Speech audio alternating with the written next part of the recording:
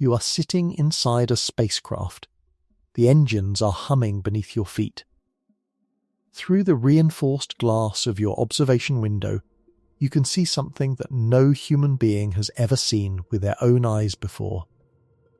A massive planet, pale gold, wrapped in bands of cream and amber, surrounded by the most breathtaking structure in our entire solar system. Saturn's rings. They stretch out before you like a cosmic highway, thin as a razor blade when seen edge-on, yet spanning a distance wider than the gap between Earth and the Moon. And your trajectory, the path your ship is locked into right now, takes you directly into them. Not around them, not above them, straight through them, at full speed. Now, before we go any further, let me tell you something that will completely change how you think about those rings. Most people, when they imagine Saturn's rings, they picture something solid, something like a vinyl record spinning around the planet, a flat, continuous surface made of rock and ice. And this image, this intuition we all carry, is catastrophically wrong. What you are about to fly into is not a wall, it is not a floor, it is not a ceiling, it is a blizzard. A cosmic blizzard, made of trillions upon trillions of individual chunks of ice, each one orbiting Saturn independently, each one travelling at its own terrifying speed. Some of these chunks are smaller than grains of sand, some are the size of your fist, some are the size of cars, and a rare few lurking in the densest parts of the rings are the size of entire houses.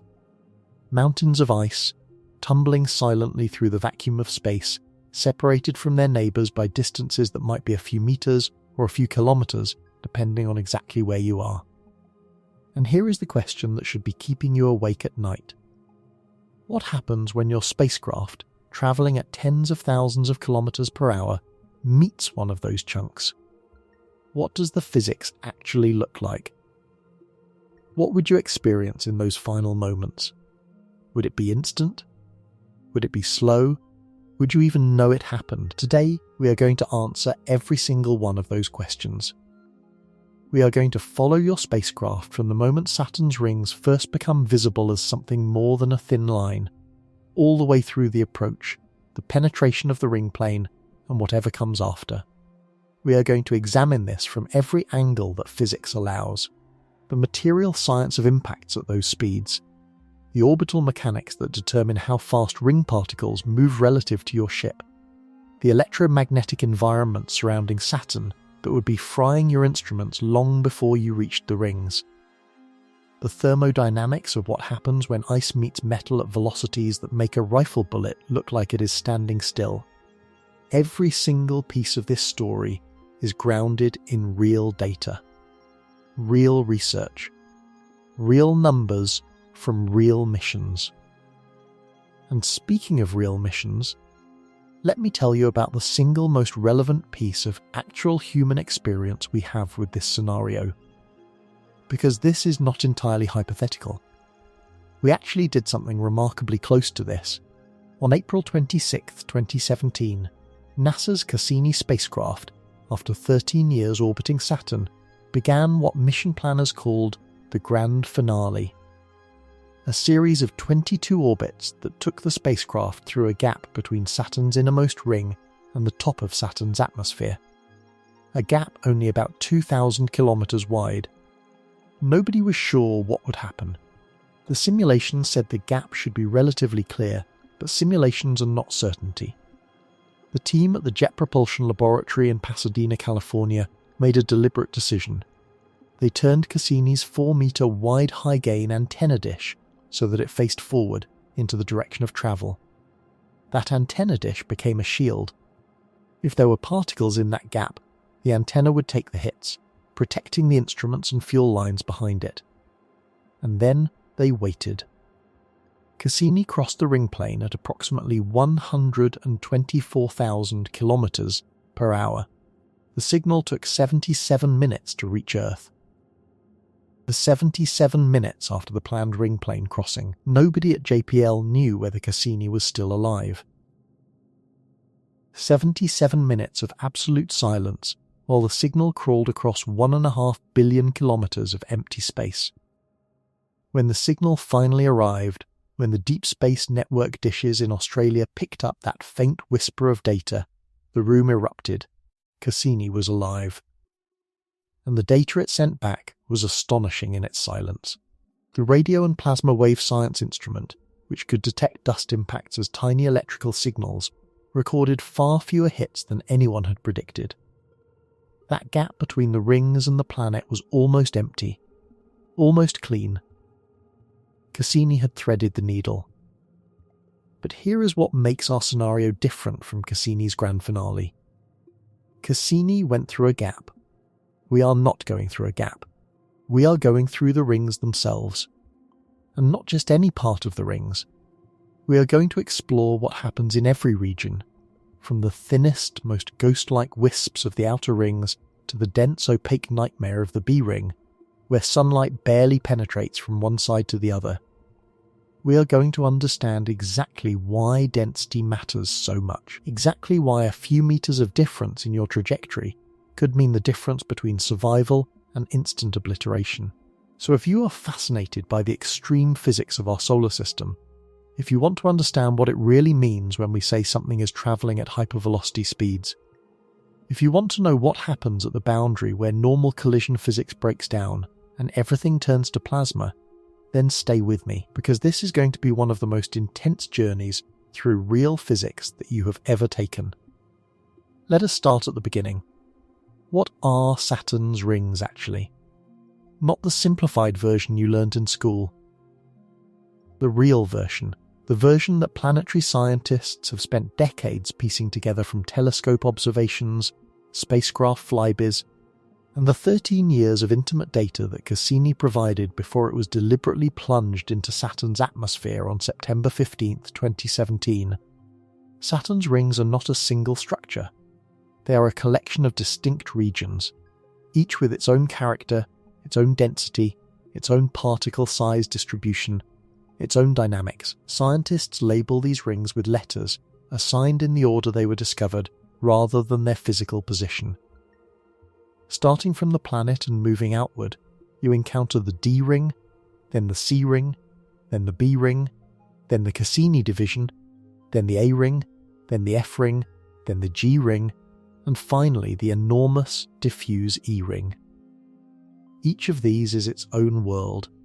The D ring is the closest to Saturn, stretching from about 67,000 kilometers above Saturn's center to about 74,000 kilometers.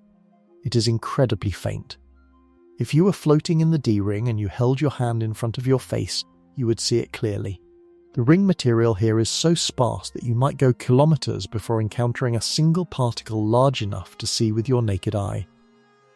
The D ring is like a room with a few specks of dust floating in it. Dangerous at orbital speeds, certainly, but thin, breathable if space had air. Moving outward, you enter the C ring, sometimes called the creep ring because of its semi-transparent appearance.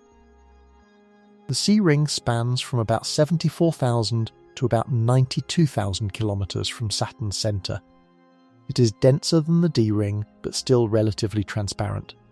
Sunlight passes through it, dimmed but not blocked.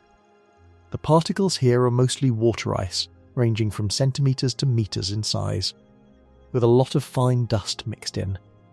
The optical depth of the C ring, which is a measure of how much light it blocks, ranges from about 0.05 to 0.35.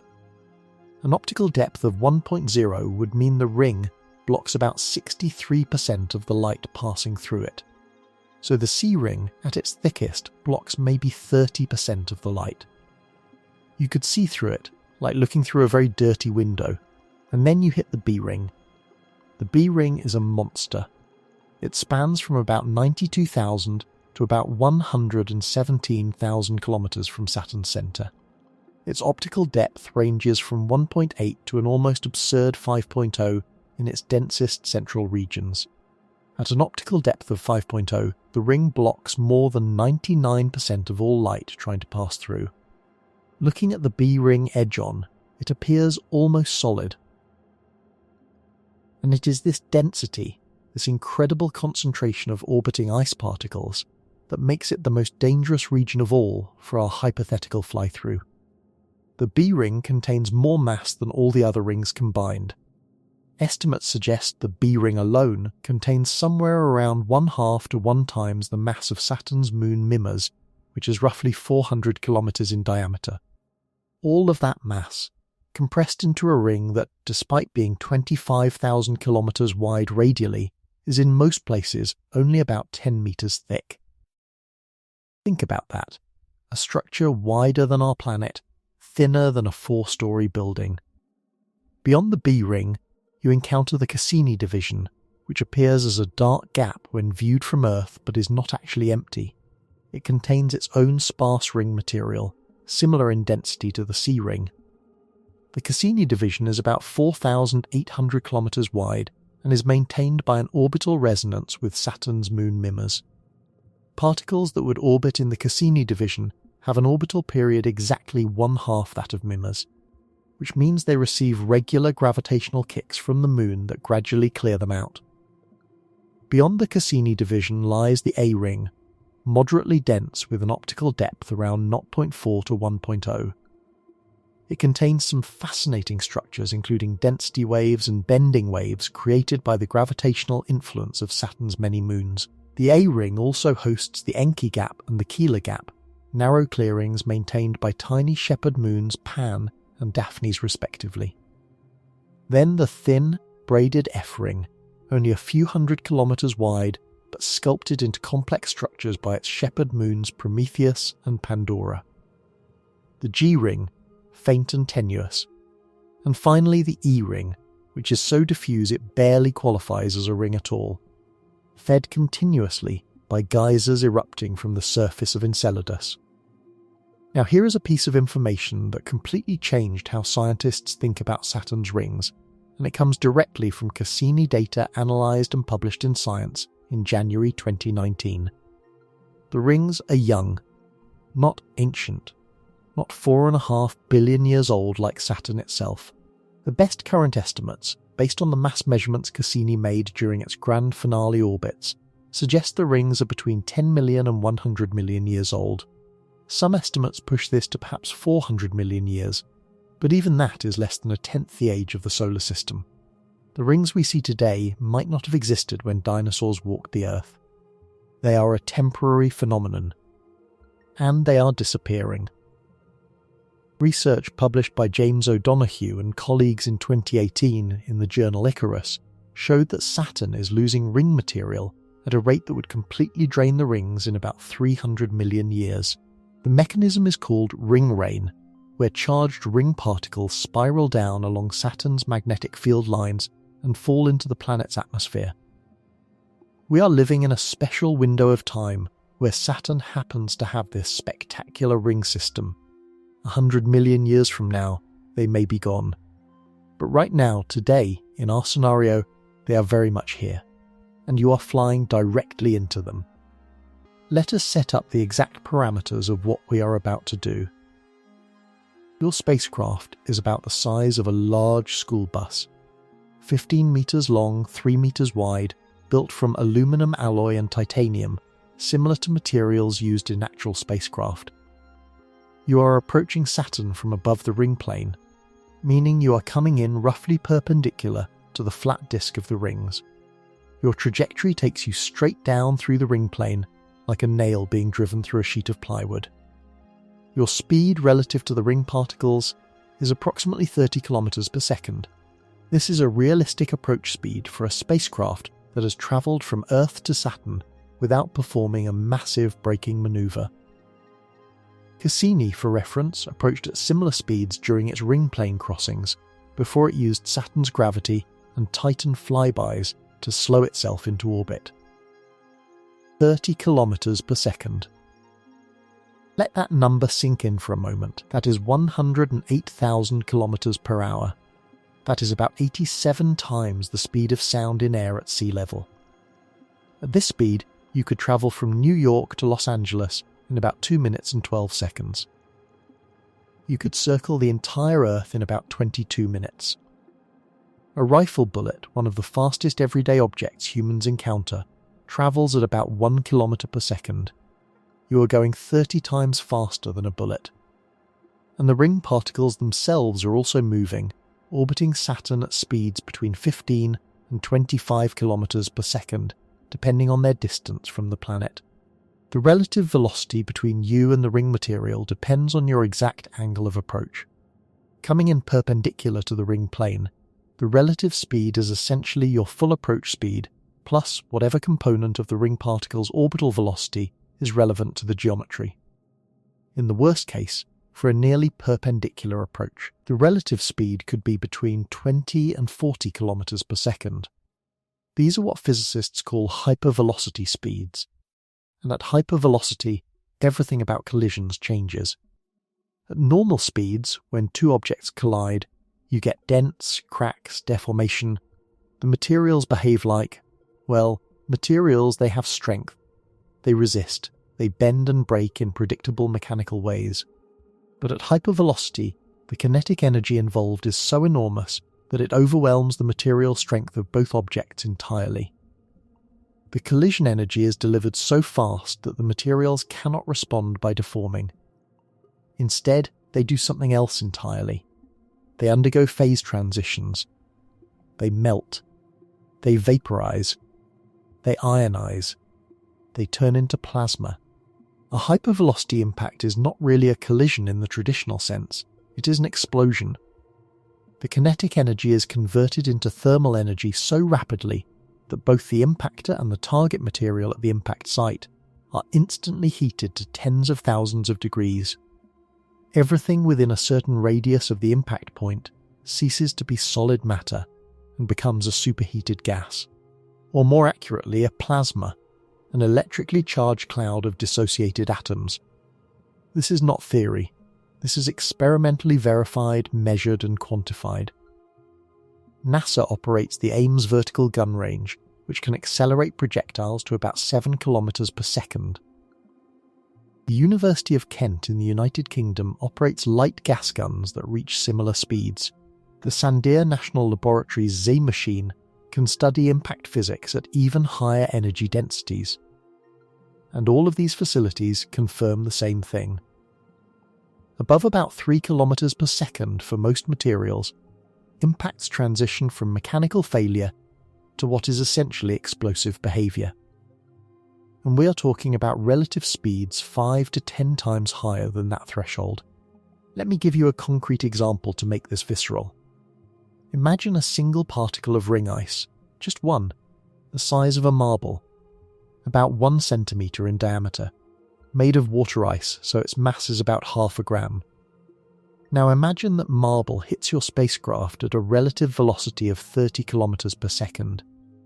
What is the kinetic energy of that impact? Kinetic energy equals 1/2 times mass times velocity squared. Half a gram is 0.005 kilograms. 30 kilometers per second is 30,000 meters per second. The energy is 1/2 times 0.005 times 30,000 squared. That is 1/2 times 0.005 times 900 million. That equals 225,000 joules. 225,000 joules from a marble. For reference, 1 gram of TNT releases about 4,184 joules when it detonates. So our marble-sized ice particle hitting at 30 kilometers per second delivers energy equivalent to about 54 grams of TNT. That is more than a standard military hand grenade, which contains about 50 grams of explosive. A single marble-sized piece of ice hitting at these speeds carries the energy of a hand grenade. Now scale this up. A chunk of ice the size of a baseball, about 7 centimeters in diameter, with a mass of around 180 grams, hitting at 30 kilometers per second, delivers 81 million joules. That is equivalent to about 19 kilograms of TNT. That is a car bomb. A chunk of ice the size of a basketball, perhaps 24 centimeters across, with a mass around 7 kilograms, delivers energy equivalent to about 750 kilograms of TNT. That approaches the energy of a small aerial bomb. And in the B ring, there are particles the size of houses. multi-meter blocks of ice with masses of hundreds of thousands of kilograms. If your spacecraft hit one of those at 30 kilometers per second, the energy released would be in the range of nuclear weapons. Not a metaphor, not an exaggeration. The actual energy calculations put it in the kiloton range. This is what you are flying into. This is what waits for you in those beautiful, serene-looking rings that we see in telescope images and spacecraft photographs. Those elegant, peaceful bands of golden cream are actually a shooting gallery of unimaginable violence, where the energies of daily collisions between ring particles exceed most explosions humans have ever deliberately created. But wait. Before we fly in, there is something crucial we need to understand. Something that separates the survivable scenario from the instantly lethal one. And that something is density. Because despite everything I just told you about the energy of individual impacts, the rings are mostly empty space. Even the B ring, the densest part of the ring system, is mostly empty space. If you could somehow freeze all the ring particles in place and fly through the B ring in a straight line, perpendicular to the ring plane, you would pass through only about 10 meters of material depth. But those 10 meters are not a solid wall. They are 10 meters of scattered particles with gaps between them. The question is not whether hits would be catastrophic. We have established they would be. The question is how many hits you take in the time it takes to cross the ring, and what size those impacting particles are. Let us calculate how long you spend inside the rings. The ring plane thickness varies, but a reasonable average for the main rings is about 10 meters, with local variations up to about 1 kilometer in some disturbed regions. At 30 kilometers per second, you cross 10 meters in 1/3 of a millisecond. 0,0033 seconds. Even if the ring is locally 1 kilometer thick due to some vertical disturbance, you cross that in about 0.033 seconds. 1/30th of a second. The actual time you spend inside the ring material is almost incomprehensibly brief. You are through the ring plane in less time than it takes a nerve impulse to travel from your brain to your fingertip. So the question becomes, in that tiny fraction of a second, what do you actually hit? This is where we need to talk about the particle size distribution in Saturn's rings. Not all particles are created equal. Through a combination of stellar occultation observations, radio occultation experiments, and direct in situ measurements by Cassini, scientists have built up a detailed picture of how many particles of each size exist in the rings. The distribution follows what is called a power law, meaning there are enormously more small particles than large ones. For every boulder-sized chunk, there are millions of pebbles, billions of sand grains, and trillions of microscopic dust motes. The exact power law varies by ring region, but a typical distribution in the A and B rings has what is called a differential size index of about 3. This means that if you double the particle size, the number of particles of that size drops by a factor of 8. Or conversely, for every particle that is 10 centimeters across, there might be 1,000 particles that are 1 centimeter across, and 1,000,000 particles that are 1 millimeter across. The smallest particles, micron-sized dust grains, outnumber everything else by astronomical factors, but they carry almost no energy individually due to their tiny masses. Now let us think about what this means for our fly-through. We will explore 3 scenarios. First, we go through one of the sparse regions, something like the D ring or the Cassini division. Second, we go through the moderately dense A ring. And third, we slam into the nightmarish heart of the B ring. Each scenario produces radically different outcomes. Let us begin with the approach. We are still 10,000 kilometers above the ring plane. From this distance, looking down, the rings fill your entire forward view. They do not look like the photographs you have seen, because those photographs were taken from angles that show the rings spread out in their full glory. From directly above, looking straight down at the ring plane, what you see is a vast flat surface stretching to the horizon in every direction, faintly luminous from reflected sunlight, with visible texture and structure. You can see the dark gaps between the major ring divisions. You can see subtle variations in brightness corresponding to different ring densities. The Cassini division appears as a dark band. The B ring glows brightest. The C ring is dimmer, semi-transparent, and you can actually see Saturn's cloud tops through it. At this distance, the particles that make up the rings are far too small to see individually. The ring looks like a smooth, continuous surface, like looking at a beach from an airplane. You know intellectually that it is made of individual grains of sand, but from your altitude, it just looks like a uniform expanse. This smoothness is deceptive. It will not last. As you descend, moving closer to the ring plane at 30 kilometers per second, the view begins to change. At 1,000 kilometers above the rings, if you had impossibly good eyesight or a telescope, you might begin to resolve the largest ring particles, the rare house-sized boulders, as individual points of light. But mostly, the rings still appear as a flat surface. The geometry is strange and disorienting because the rings are so thin relative to their width. You are approaching a structure that is essentially two-dimensional, like a vast sheet of paper floating in space.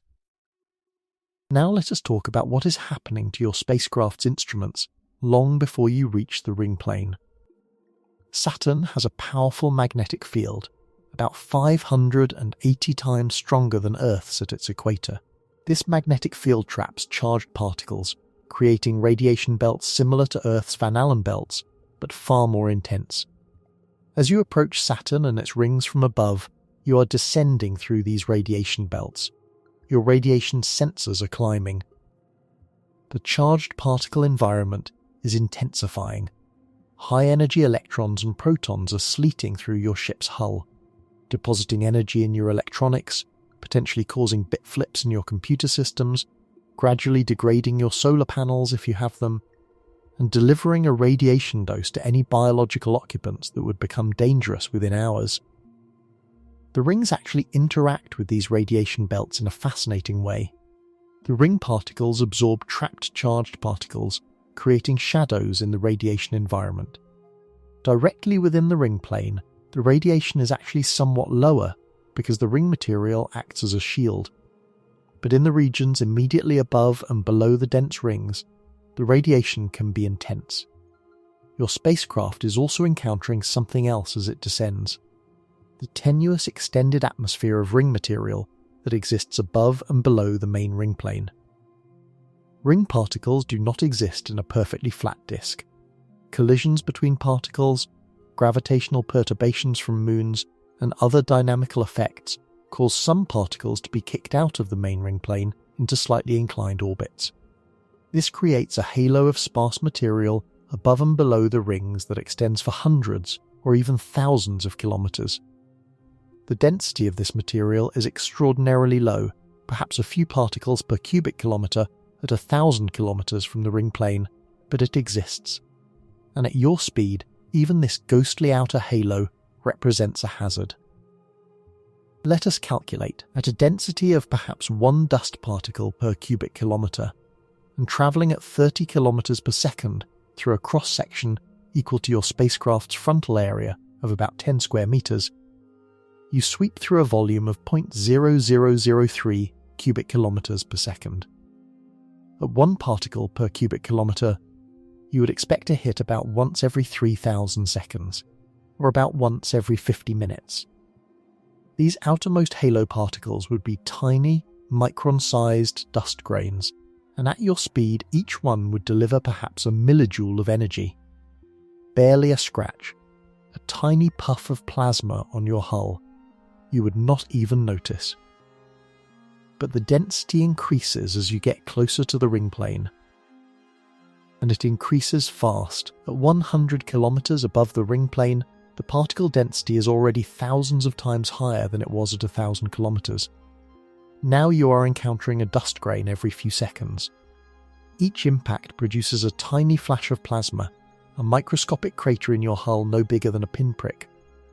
Your spacecraft's plasma wave instruments, if you had one similar to Cassini's, would be registering these impacts as electrical pops, little clicks in the data.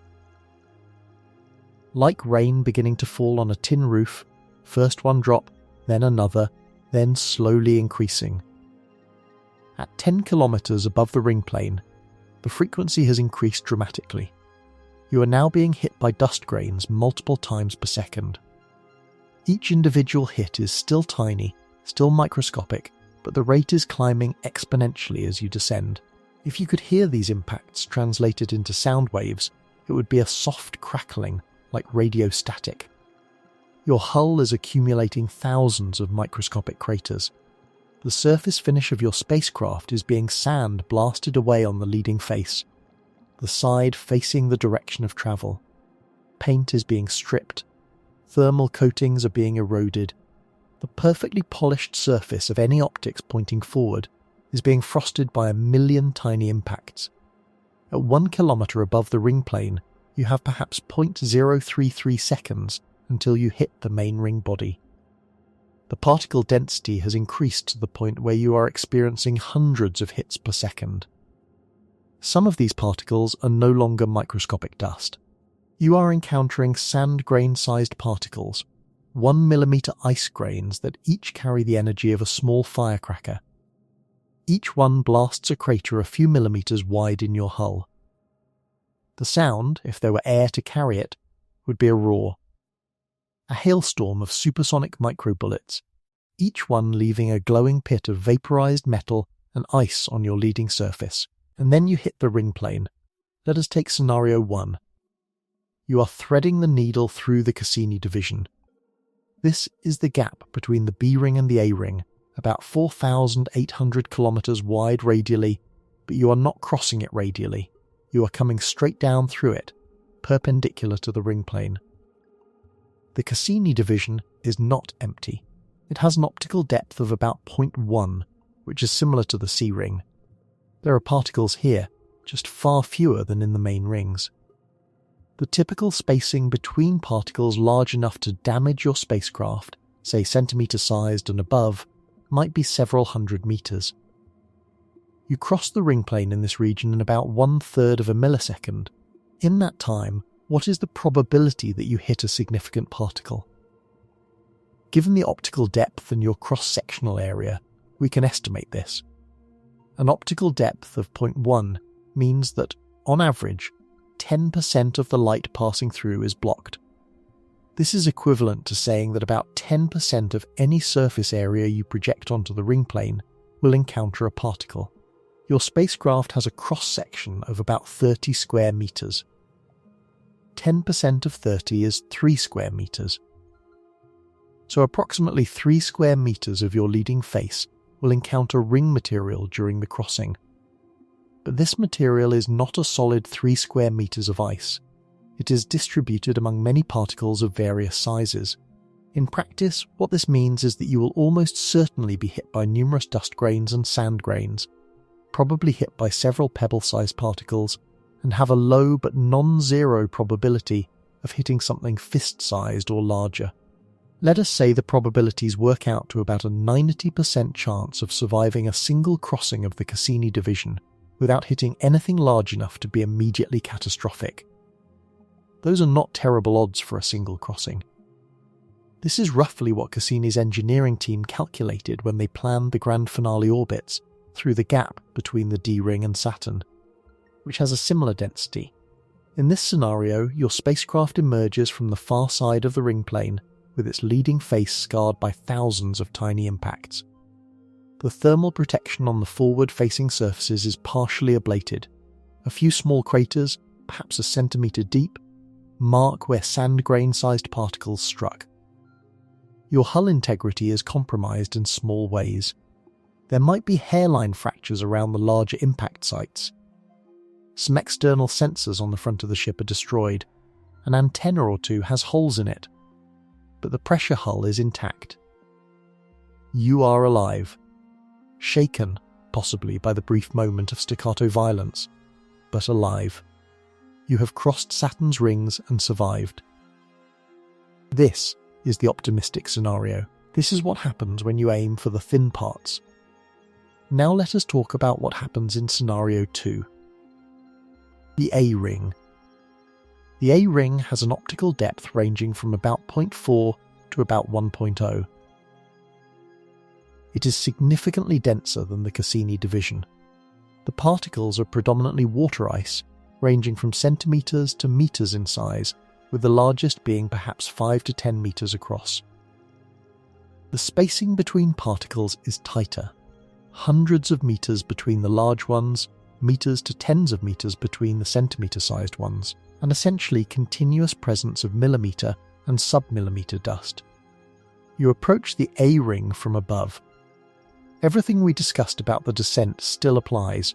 The crackling rain of dust impacts, the increasing frequency, the erosion of your forward surfaces.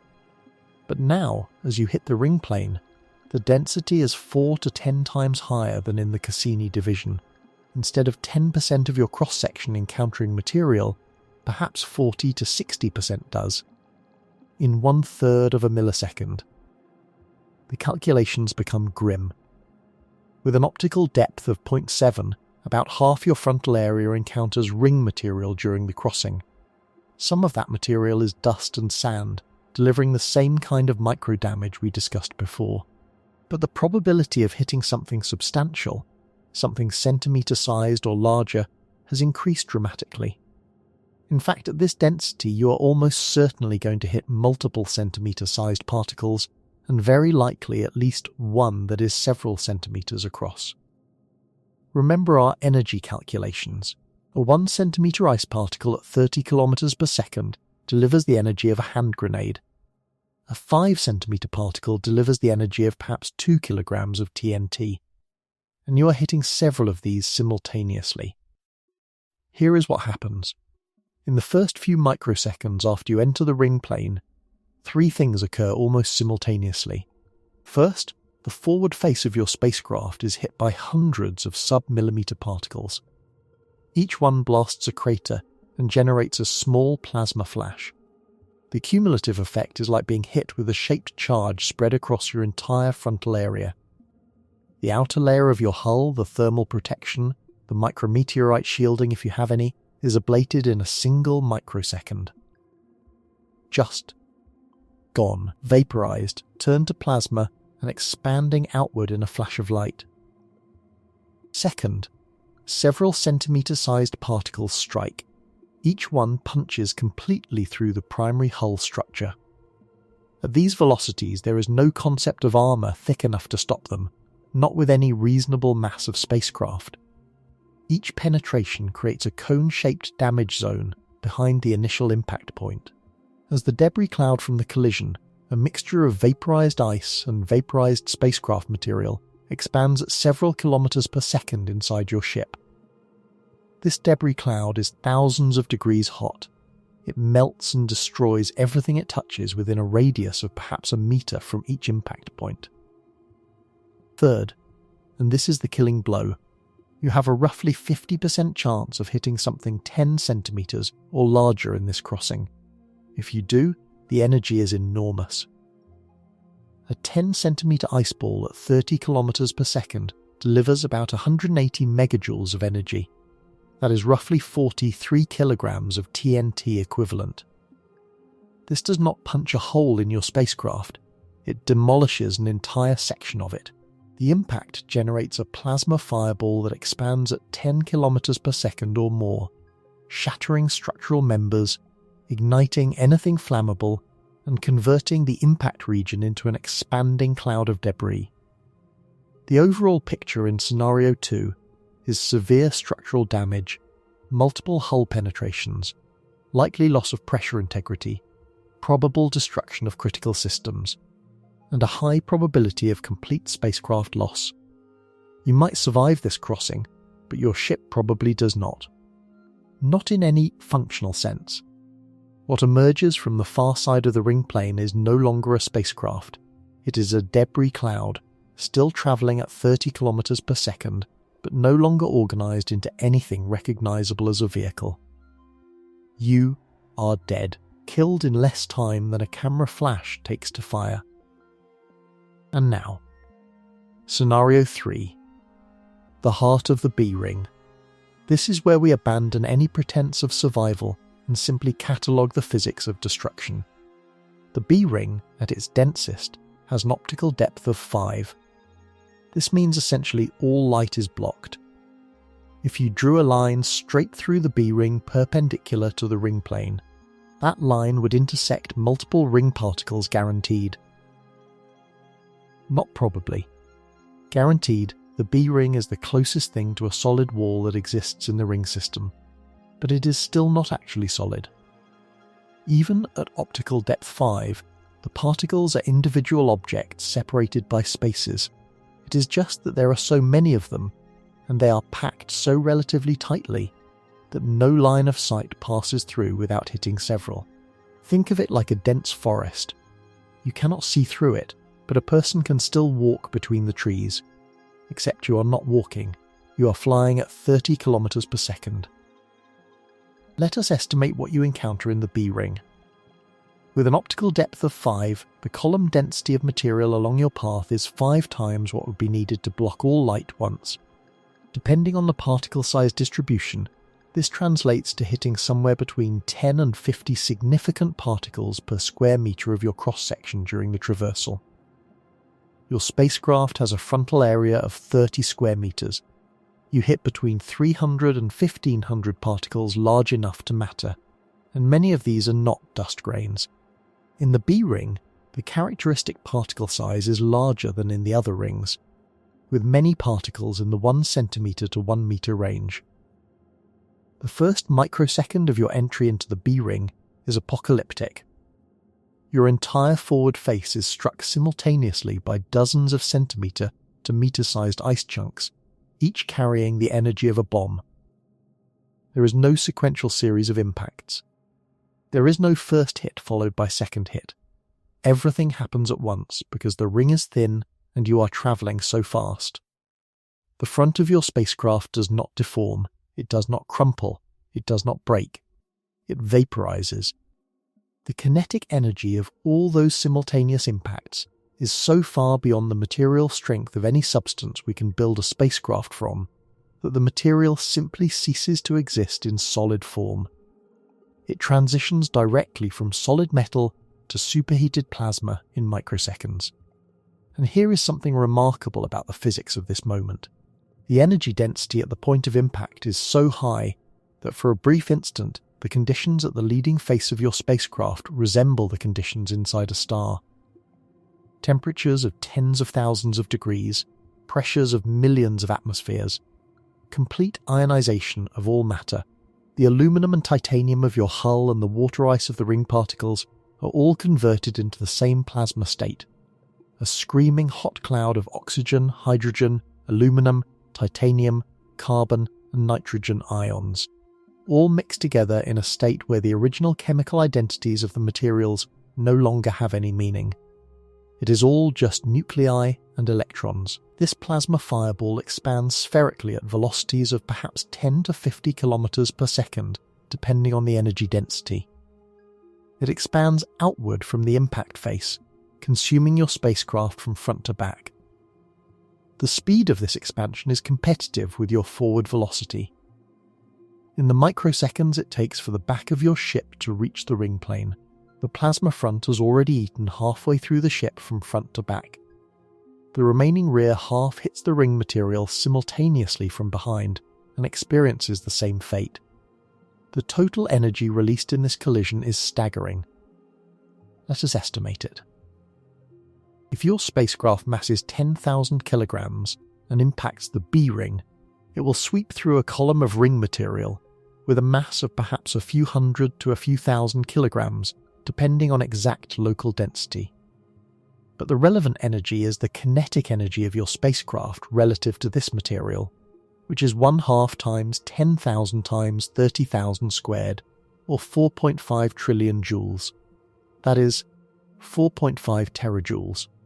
It is equivalent to about 1,075 tons of TNT. Just over a kiloton. This is, and I want to be very clear about this, comparable to the yield of a small nuclear weapon. The energy released when your school bus-sized spacecraft hits the B-ring at 30 kilometers per second is approximately the same as the energy released by a tactical nuclear warhead.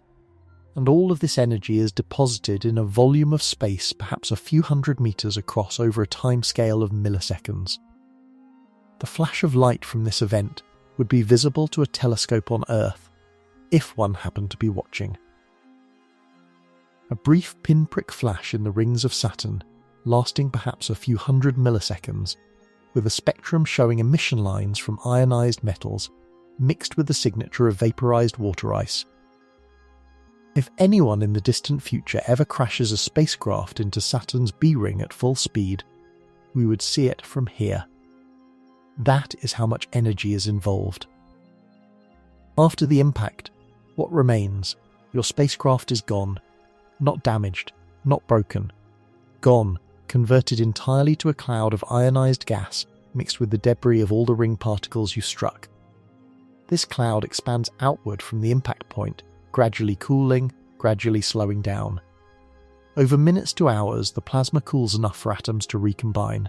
Over hours to days, the gas cloud expands and disperses, eventually merging with Saturn's extended upper atmosphere or being reincorporated into the ring material itself. Some of the heavier atoms from your spacecraft, the titanium, the aluminum, the trace metals from your electronics, will eventually condense onto ring particle surfaces or form tiny new particles of their own. In a sense, your spacecraft becomes part of the ring. Your atoms join the dance of trillions orbiting Saturn for millions of years until ring rain eventually pulls them into the planet. There is a profound poetry in this. You came to pass through the rings. Instead, you became part of them. But let us not stop there. Let us go deeper into the physics, because there are layers of complexity we have not yet explored. We have been treating this as a simple collision problem. Spacecraft hits ice at high speed, energy is released. But the real physics is richer than that. Let us talk about what happens in the first nanosecond of a hypervelocity impact, because this is where the physics gets truly extreme. When your spacecraft's forward surface meets a ring particle at 30 kilometers per second, the first thing that happens is the generation of shockwaves. Two shockwaves, actually. One propagates backward into your spacecraft from the impact point, and one propagates forward into the ring particle. These shockwaves travel through each material at a speed determined by the material's equation of state under those extreme pressure conditions. In metals like aluminum, the shockwave speed at these impact pressures is about 10 to 12 kilometers per second.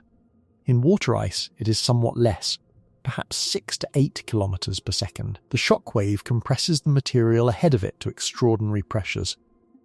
For a 30 kilometer per second impact between aluminum and water ice, the pressure at the impact interface reaches approximately 100 to 300 gigapascals. For reference, the pressure at the center of the Earth is about 360 gigapascals. So the impact pressure is comparable to what exists at the core of our planet. At these pressures, both materials are compressed to densities several times their normal values. The crystal structures of both the ice and the metal are completely irrelevant. At these pressures, both materials behave as dense fluids, then as superheated gases, then as plasma, all within nanoseconds. As the shock waves propagate away from the impact point, they carry energy with them. When the shock wave in the ring particle reaches the far side of the particle, it reflects as a rarefaction wave, a tensile wave that puts the material in tension. If the particle is small enough, this rarefaction wave can disrupt the entire particle, causing spallation, where the back face of the particle flies off in fragments. Meanwhile, the reflected rarefaction wave travelling back toward the impact point meets the still incoming material and creates complex interference patterns of compression and tension that shatter and spray the material in chaotic ways. All of this happens in nanoseconds. The shock wave crosses a 1 centimeter particle in about 1 to 2 microseconds. For a 1 meter particle, it takes about 100 to 200 microseconds. But at 30 kilometers per second, your spacecraft crosses 1 meter in about 33 microseconds. This means that for large ring particles, your spacecraft actually passes through the particle before the shock wave has finished propagating through it. The collision is faster than the speed of information within the particle itself. This creates bizarre physics where the back half of the ring particle does not even know the collision has happened until the spacecraft has already gone through. The back half briefly continues orbiting Saturn peacefully, while the front half has already been converted to plasma. This phenomenon is well documented in hypervelocity impact experiments. At sufficiently high speeds, impactors can punch through targets so fast that the hole closes behind them before the target has time to disintegrate. Not that this helps your spacecraft, since the front of your ship has been vaporized regardless.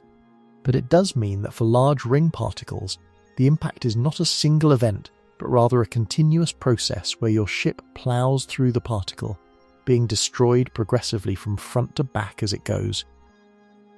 Let us talk about another remarkable aspect of these impacts. At 30 kilometers per second, the kinetic energy per unit mass of the impacting material exceeds the specific energy needed to completely vaporize either substance. The specific energy to vaporize aluminum from room temperature is about 12 megajoules per kilogram. The specific energy to vaporize water ice from its typical ring temperature of minus 180 degrees Celsius is about 3 megajoules per kilogram. The kinetic energy per kilogram at 30 kilometers per second is 450 megajoules. This is about 37 times the energy needed to vaporize aluminum and 150 times the energy needed to vaporize ice. The energy is so far in excess of what is needed for vaporization that the impact products are not just vaporized, they are heated far above their boiling points. They are superheated gases, or more accurately, plasmas with temperatures of tens of thousands of degrees. This means that the debris from each impact expands at tremendous speed. The expansion velocity of the plasma cloud from a hypervelocity impact is typically about 1 to 5% of the impact velocity. At 30 kilometers per second impact speed, the debris expands at 300 to 1500 meters per second. This expansion sends hot plasma sideways, perpendicular to your direction of travel, creating a cone-shaped damage zone that widens as it moves backward through your spacecraft. Each impact site generates its own expansion cone, and where these cones overlap, the damage compounds. There is yet another layer of physics we should explore: radiation at the temperatures generated in hypervelocity impacts. The plasma is hot enough to emit significant amounts of radiation across the electromagnetic spectrum. The peak wavelength of thermal radiation from a plasma at 50,000 degrees Kelvin is in the extreme ultraviolet, around 60 nanometers. This radiation is intensely ionizing. It can strip electrons from atoms in nearby structures, damage electronics, and heat surfaces that it illuminates. During the impact event, your spacecraft is being bathed in extreme ultraviolet and soft X-ray radiation from the plasma flashes of all the simultaneous impacts on its forward face. Even parts of the ship that are not directly hit by particles are being damaged by this radiation bath. At even higher energy concentrations, particularly where larger particles impact, the plasma temperatures can briefly reach hundreds of thousands or even millions of degrees. At these temperatures, the radiation extends into the hard X-ray range. This is the same physics that operates in nuclear weapon fireballs, where the initial thermal radiation pulse is in the X-ray range and only later. As the fireball cools and expands, does the radiation shift to visible and infrared wavelengths. Your spacecraft impact into the B-ring briefly generates similar physics on a much smaller scale. Let us now pull back from the microscale physics and think about the macroscale consequences. What does this event look like from far away? If you had a spacecraft orbiting Saturn at a safe distance, and you watched through a telescope as another ship hit the B-ring at full speed, what would you see? The answer is a brief flash of light in the ring plane. The flash would last perhaps 1 to 10 milliseconds at its brightest, with a fading afterglow lasting perhaps a few hundred milliseconds. The brightness of the flash would depend on the energy released, which we calculated at approximately 1 kiloton of TNT equivalent. For reference, a 1 kiloton nuclear detonation produces a fireball with a peak luminosity of about 100 billion watts for the first few milliseconds. Our spacecraft impact would not reach quite these luminosities because the energy is distributed differently, but it would still produce a flash visible from thousands of kilometers away. The spectrum of the flash would be distinctive. It would show broad thermal emission from the hot plasma, with absorption and emission lines from the specific elements present. You would see strong emission lines from oxygen and hydrogen from the vaporized water ice, strong lines from aluminum and titanium from the spacecraft hull, and traces of whatever other elements were present in the spacecraft. A sufficiently sensitive spectrograph could identify the composition of the impacting object from the flash spectrum. This is actually the same principle used in meteor spectroscopy when we observe meteors burning up in Earth's atmosphere and determine their composition from the colours of light they emit. After the initial flash, the debris cloud continues to expand. Because the impact occurred in the vacuum of space, there is no atmosphere to slow the expansion. The cloud grows as an elongated ellipsoid, stretched along the original direction of travel due to the high forward momentum of the debris. Over seconds, the cloud grows to perhaps a few hundred meters in extent. It cools rapidly as it expands, dropping from tens of thousands of degrees to merely thousands of degrees, then hundreds of degrees. Within about a minute, the hottest parts of the cloud have cooled below the point where they emit visible light. The debris is now a warm gas cloud, expanding silently into the vacuum. Over longer timescales, minutes to hours, this gas cloud disperses and interacts with the surrounding ring environment. Some of the debris, still carrying forward momentum from the original spacecraft velocity, continues outward below the ring plane. Some of it, carrying sideways momentum from the impact expansion, spreads along the ring plane, mingling with and disturbing local ring particles. The heavier elements in the debris eventually condense into solid particles as they cool, creating tiny metallic dust grains mixed with refrozen water ice droplets. These new particles are now in orbit around Saturn, having been given just enough velocity by the impact to remain in orbit rather than falling into the planet or escaping the system. The local disturbance in the ring would be detectable. The impact would temporarily disrupt the orderly orbital motion of ring particles in a region perhaps a few hundred meters to a kilometer across. It would blast particles out of the ring plane, creating a temporary cloud of disturbed material above and below. It would melt and vaporize ring particles that were close to the impact site, changing their size distribution locally. And it would create a shock wave in the ring material itself, a density wave propagating outward from the impact point through the granular medium of orbiting particles.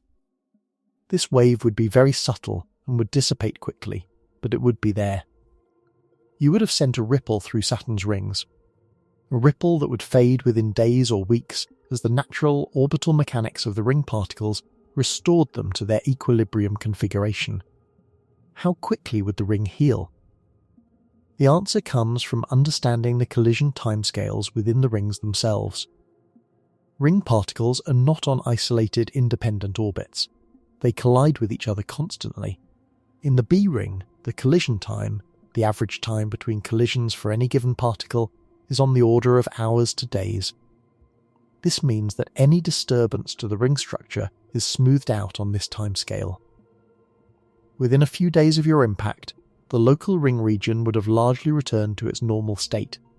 Your spacecraft's arrival and destruction would be a blip, a momentary disturbance in a system that has been operating continuously for 100 million years. The rings would not remember you. Within a week, there would be no visible trace that anything had happened. Your atoms would be there, mixed in with the ice, but no observer could distinguish them from the rest of the ring without isotopic analysis. Now let us explore something that pushes the physics even further. We have been assuming a speed of 30 kilometers per second, which is realistic for an interplanetary spacecraft approach. But what if we push the speed higher? What if, hypothetically, we could approach Saturn's rings at a significant fraction of the speed of light? Say 1% of light speed, 3,000 kilometers per second? Or 10%? 30,000 kilometers per second. What happens then? At 1% of light speed, the kinetic energy per kilogram is 4.5 billion joules, which is about 1,000 times higher than at 30 kilometers per second. Now every gram of ring material you hit delivers 4.5 million joules, or about a kilogram of TNT equivalent. A dust grain delivers the energy of a firecracker. A pebble delivers the energy of a bomb. And the total kinetic energy of your spacecraft at 1% of light speed is about 450 terajoules, or roughly 100 kilotons of TNT equivalent. That is a small nuclear weapon. Hitting the rings at 1% of light speed would produce an event energetically comparable to the nuclear bombs dropped in 1945. The flash would be visible from Earth. At 10% of light speed, the energies become truly surreal. Now the kinetic energy of your spacecraft is about 45 petajoules, or roughly 10 megatons of TNT. That is a thermonuclear weapon. A hydrogen bomb, the energy released when a school bus hits Saturn's rings at 10% of light speed, equals the most powerful nuclear weapons ever deployed. The flash would be easily visible from Earth without a telescope, appearing as a brief star in the constellation where Saturn happens to be. And the physics of the impact enter a regime where nuclear reactions become relevant. At these relative velocities, the kinetic energy per nucleon in the colliding materials exceeds the binding energy of atomic nuclei. The impacts are so energetic that they can actually cause nuclear transmutation, smashing atomic nuclei apart and reforming them into different elements. Your spacecraft does not just vaporize. Its atoms are shattered and rebuilt. The debris contains elements that were not present in either the spacecraft or the ring material. You arrive as aluminum and titanium and leave as a spray of every element in the periodic table up to iron. But we are getting into the realm of the purely hypothetical now. No technology we have or could reasonably foresee would allow a macroscopic object to approach Saturn at 10% of light speed. Let us return to the realistic scenario and explore some other angles. What if you wanted to survive a passage through the rings? Is there any way? Are there any design choices that could allow a spacecraft to pass through Saturn's B ring and come out the other side intact? The answer is surprisingly nuanced. Let us think about it from the perspective of shielding. The standard approach to hypervelocity particle protection in spaceflight is called a Whipple shield, named after Fred Whipple, who proposed the concept in the 1940s. A Whipple shield is not a single thick wall. It is a thin outer bumper, called the sacrificial shield, placed some distance in front of the actual pressure hull. The idea is that when a hypervelocity particle hits the thin outer shield, both the particle and the shield material are vaporized and turned to plasma. This plasma cloud then expands as it crosses the gap between the outer shield and the inner hull. By the time it reaches the inner hull, it has spread over a much larger area, distributing the impact energy across a wide patch rather than concentrating it in a single point. The inner hull therefore experiences a diffuse pressure pulse rather than a concentrated penetration. NASA uses Whipple shields on the International Space Station to protect against micrometeorites and orbital debris. The shields work well for particles up to about 1 centimeter in size at speeds up to about 15 kilometers per second. Beyond that, multi-layer shields with various materials including ceramic fabrics and foams are used. Could a Whipple shield protect you in Saturn's rings? Against the dust and sand grain-sized particles? Absolutely. A well-designed multi-layer shield could handle the spray of tiny particles you would encounter in the sparse ring regions. The shield would be eroded and might need to be quite massive, but it could work. The problem is the larger particles. No Whipple shield design can protect against meter-sized objects at 30 kilometers per second. The energy is simply too great. You would need a shield with a mass greater than the impacting object, and since you do not know in advance exactly how large the biggest particle you will encounter might be, you would need to design for the worst case. In the B ring, where particles up to house-sized exist, this means your shield would need to be more massive than a house. At that point, your shield is larger than your spacecraft, and the mission becomes absurd. There is, however, a completely different approach to surviving the rings. Instead of trying to tank the impacts, you could try to avoid them, not by dodging since you cannot steer fast enough at these speeds, but by choosing your approach to minimize the relative velocity between you and the ring particles. Here is the insight. The ring particles are not stationary, they are orbiting Saturn. In the B ring, at a distance of about 100,000 kilometers from Saturn's center, the orbital velocity is about 17 kilometers per second. If your spacecraft were to approach the rings not perpendicularly from above, but rather by spiraling in from the outside, matching the orbital velocity of the ring particles, you could dramatically reduce the relative velocity. If you are orbiting Saturn at the same speed as the B ring particles, your relative velocity with respect to them drops from 30 kilometers per second to perhaps a few hundred meters per second. At those speeds, the impacts go from nuclear weapon equivalent to merely bullet equivalent. Still dangerous, but survivable with appropriate armor. This is actually very similar to what Cassini did during its mission. Cassini did not barrel through Saturn's system at full interplanetary speed. It used gravity assists and engine burns to match Saturn's orbital velocity, and then used additional burns to lower itself into an orbit around Saturn. Once in orbit, its velocity relative to the ring particles was quite low, which is why it could pass through the ring gaps without being destroyed. But there is a paradox here. If you match the orbital velocity of ring particles, you are not really flying through the rings anymore. You are orbiting with them. You are becoming part of the ring system. To an external observer, you would look like just another ring particle, albeit a weirdly shaped metallic one, orbiting Saturn alongside all the ice chunks. You would drift slowly relative to your neighbours, gradually being pushed and pulled by the same gravitational and collisional forces that govern all ring particles. You could potentially maneuver between the particles, threading through gaps, dodging boulders, navigating the ring like a spacecraft flying through an asteroid field in a movie. Except that the ring is not like a movie asteroid field.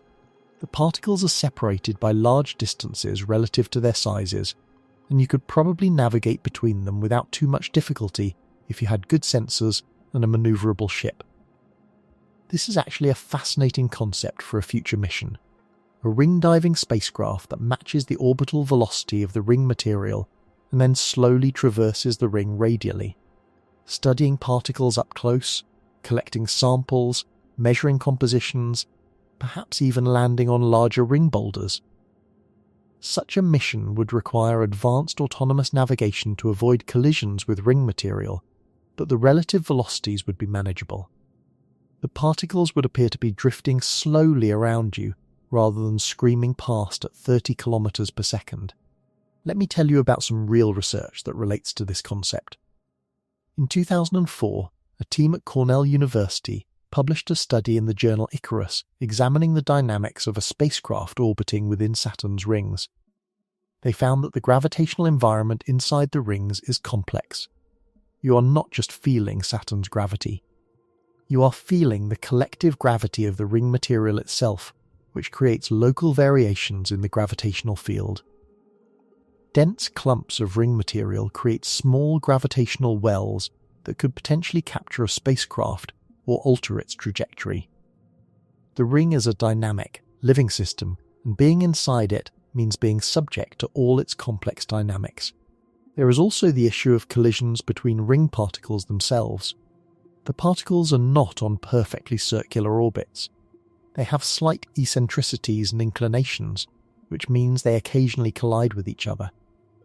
In the B ring, the average time between collisions for a given particle is on the order of several hours.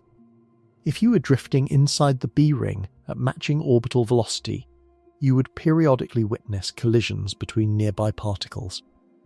These collisions happen at relative velocities of typically a few millimeters to a few centimeters per second.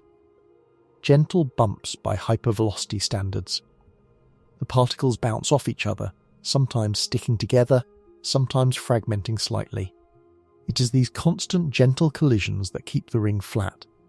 Every time a particle gets nudged into an inclined orbit by a gravitational perturbation, the next collision with a neighbour in the ring plane absorbs some of that inclination energy, flattening the particle's orbit back into the ring plane. It is a self-correcting system. If you were floating inside the ring, matching speeds with the particles, what would you see? This is a question that science fiction has occasionally tried to answer, but the reality is probably more surreal than fiction. You would be surrounded by ice particles in every direction within the ring plane, but the spacing would be large enough that you would feel like you were in a very sparse snowfield. Nearby particles would be visible as gently tumbling chunks of ice, some smooth, some jagged, some coated in reddish organic material, some pristine and glittering white. They would appear to drift slowly relative to you, approaching and receding over timescales of minutes to hours, as your slightly different orbits caused you to slowly separate from or converge with neighbours. Looking up or down, perpendicular to the ring plane, you would see stars. The ring is only 10 metres thick in most places, so looking straight up or down. You would look out of the ring into open space. Saturn would be visible off to one side, enormous, filling perhaps 20 degrees of sky, its bands and storms visible in exquisite detail from this distance of only 100,000 kilometres. Looking along the ring plane in either direction, your view would eventually be blocked by the accumulated ice particles, like looking through a dense forest. In the B ring, you might only be able to see a few hundred metres along the ring plane before the accumulated particles blocked your view entirely. The lighting would be extraordinary. Sunlight would filter through the ring from above and below, scattered and diffused by the ice particles. In the denser parts of the B ring, you would be in a twilight zone, with sunlight greatly attenuated by the material above and below you. In the sparser parts, sunlight would stream through invisible beams, reflected and refracted by the ice particles into rainbow patterns. Every chunk of ice would be a prism, splitting sunlight into colours, creating a permanent faint rainbow haze in your peripheral vision. But we are drifting from our main scenario, which is the violent one. Let us return to the full-speed impact and explore one more dimension of the physics that we have not yet addressed. The electromagnetic effects. When your spacecraft hits ring material at hypervelocity, generating plasma at tens of thousands of degrees, that plasma is electrically conductive. A hot plasma is one of the best electrical conductors in nature, and Saturn has a strong magnetic field threading through the ring region. When a conductive plasma moves through a magnetic field, currents are induced in the plasma. These currents generate their own magnetic fields, which interact with Saturn's field, and the result is a complex electromagnetic disturbance that propagates away from the impact site as a magnetohydrodynamic wave. Similar to a wave on the surface of water, but travelling through the magnetic field rather than through a physical medium. This electromagnetic disturbance would travel along Saturn's magnetic field lines at the local Alfvén speed, which in the ring region is about 100 to 1000 km per second, depending on the local plasma density. The wave would propagate both towards Saturn and away from it along the magnetic field lines, eventually reaching Saturn's ionosphere, where it would be partially absorbed and partially reflected. The absorption of this wave energy in Saturn's ionosphere would heat a small patch of the upper atmosphere, potentially creating a faint, short-lived aurora at the magnetic foot point of the impact location. So your violent death in Saturn's rings would be marked not just by a flash of visible light, but also by a brief, faint auroral glow on Saturn's surface, a ghostly green or violet shimmer in the atmosphere directly above or below the impact site on the magnetic field line. A final memorial, lasting perhaps a few seconds, written in light on the face of the giant planet. Let us also discuss what would happen to your body specifically, if we are being thorough about the physics of this scenario. The human body is approximately 70% water, with the remainder being various organic molecules, minerals and trace elements. In the B-ring impact scenario, every atom in your body undergoes the same fate as the atoms in the spacecraft structure. In the first microsecond, the shockwave from the initial impact reaches your body. At this point, you have been dead for longer than it takes to describe, because the shockwave travels through the spacecraft structure faster than nerve signals travel through your body. Your brain never receives the signal that anything has happened. There is no pain, no awareness, no moment of terror. The signal that might carry the information about the impacts to your brain travels at about 120 meters per second. The shock wave that destroys your brain travels at about 10,000 meters per second. The destruction arrives about 80 times faster than the information about it could have. In the microseconds following, your body is subjected to the same plasma environment as everything else. The water in your cells is superheated and vaporized. The organic molecules are dissociated into their component atoms.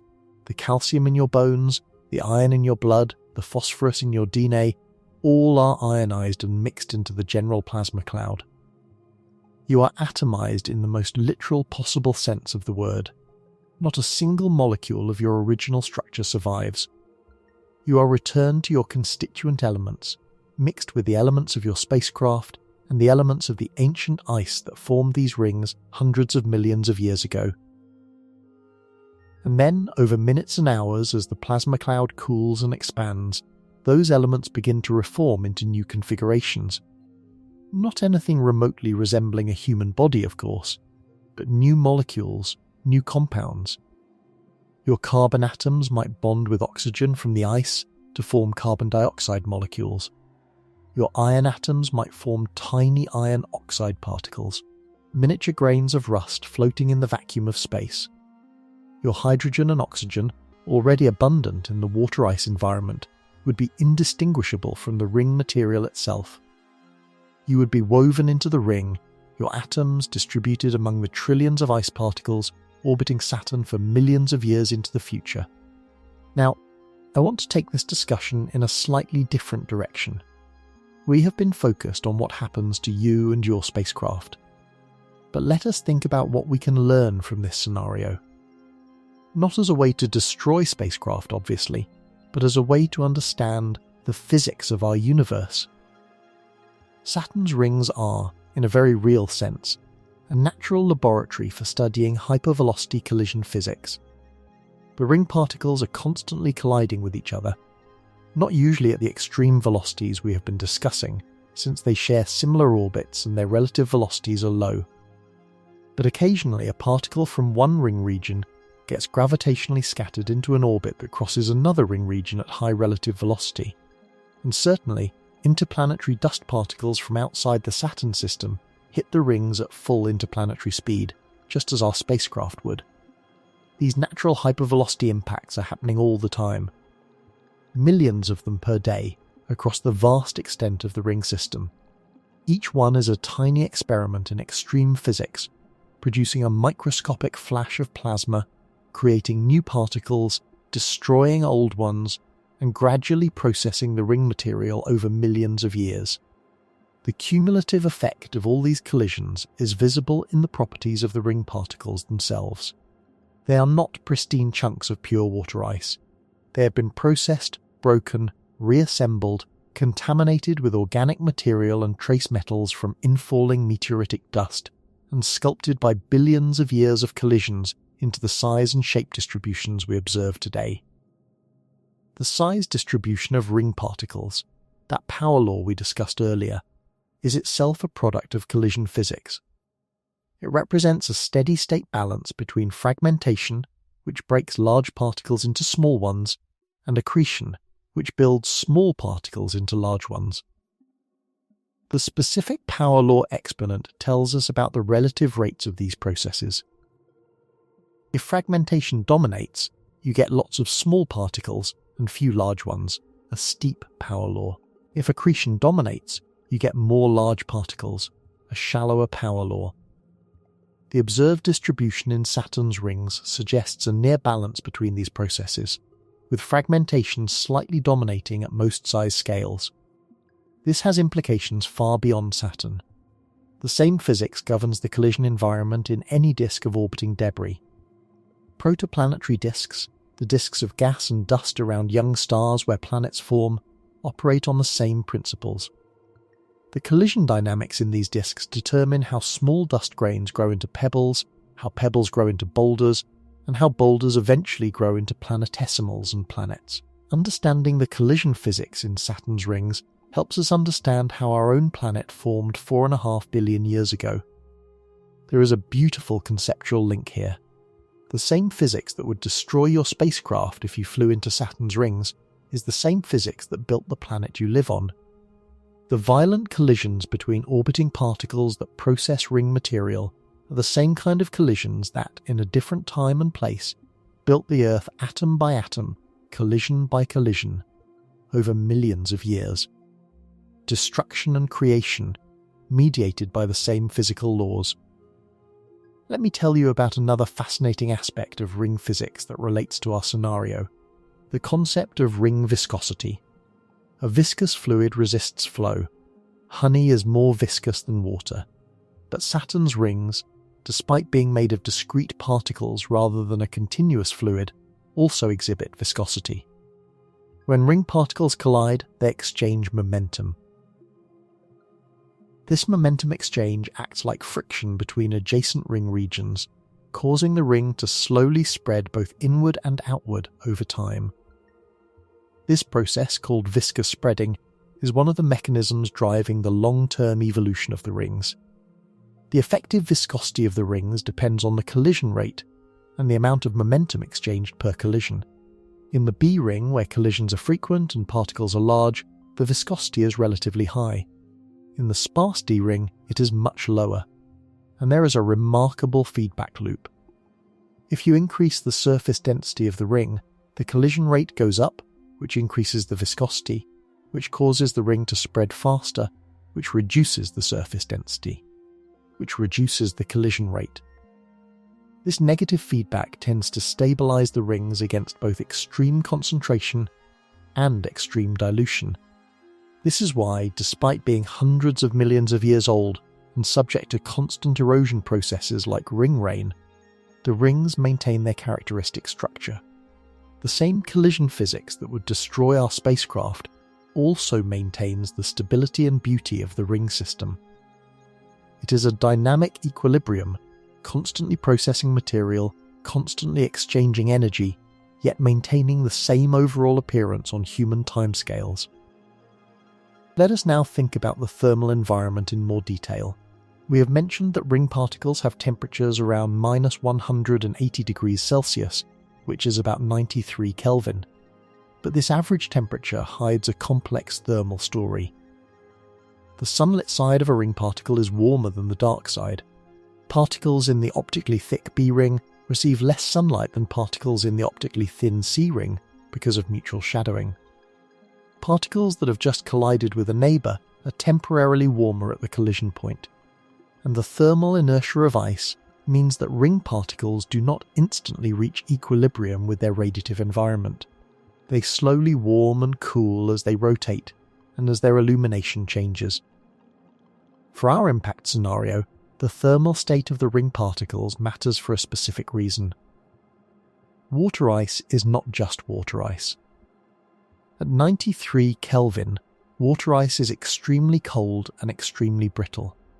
Its mechanical properties are very different from ice at 0 degrees Celsius, the ice you encounter in daily life. Cold ice is harder, more rigid, and fractures more easily than warm ice. This means that hypervelocity impacts into cold ring ice produce more fragmentation and less plastic deformation than impacts into warm ice. The debris cloud from an impact in Saturn's rings would contain more numerous, smaller fragments than an equivalent impact into warm ice would produce. The ring ice shatters like glass rather than deforming like putty. This brittleness also affects the low-velocity collisions between ring particles themselves.